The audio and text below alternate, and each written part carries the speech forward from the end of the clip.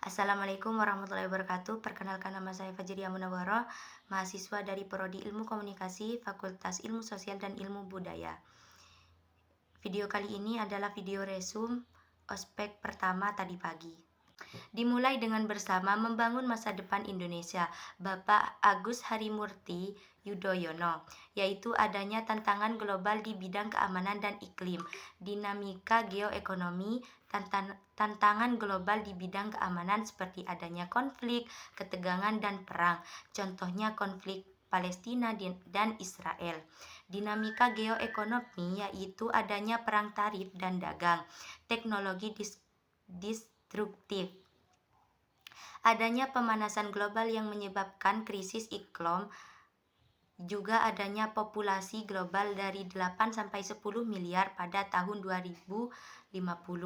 Adapun dampak dinamika yaitu sumber daya alam yang semakin menipis di mana 1 miliar orang kesulitan akses terhadap air bersih. 2,1 dari 11 orang di dunia kelaparan. 3. Kebutuhan sumber energi meningkat 2% setiap tahun. Adanya krisis iklim pada kehidupan yaitu 1. 99% orang menghirup polusi. 2. 24 miliar pekerja berdampak.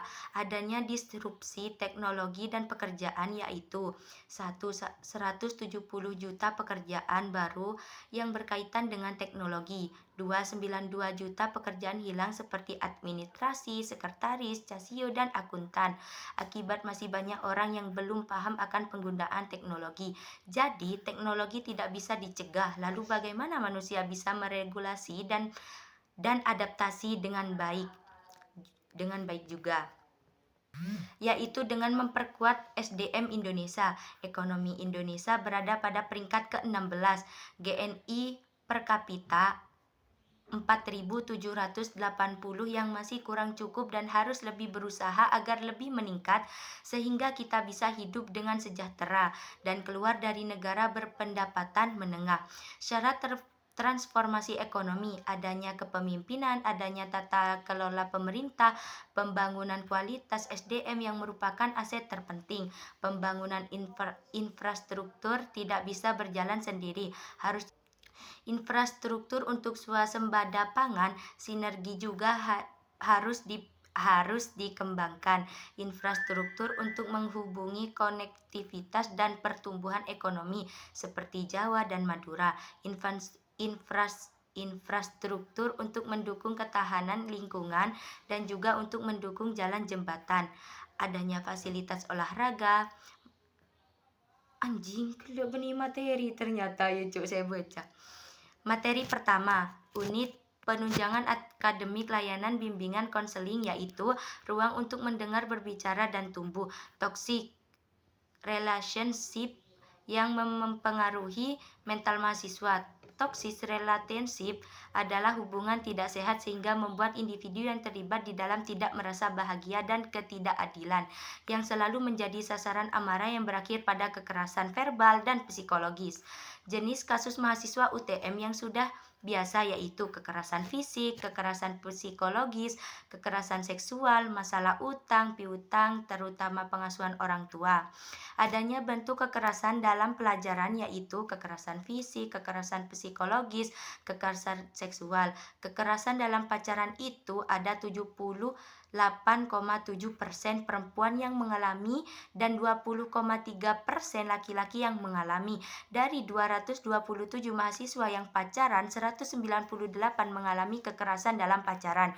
Materi kedua, sosialisasi pencegahan dan penanganan kekerasan di mana ada organisasi yang bernama Satgas yang menangani beberapa kasus yaitu 1. Kekerasan seksual dan kekerasan dalam pacaran, lalu bullying dan juga KDRT yang dimana tempatnya itu di area kampus, di luar kampus, di tempat magang dan KKN.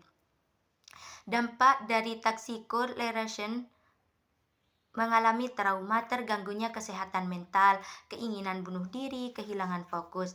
Materi ketiga, Ibu Nailur Rohmah menjelaskan tentang adanya ciri-ciri toxic relationship dan juga cara mencegahnya.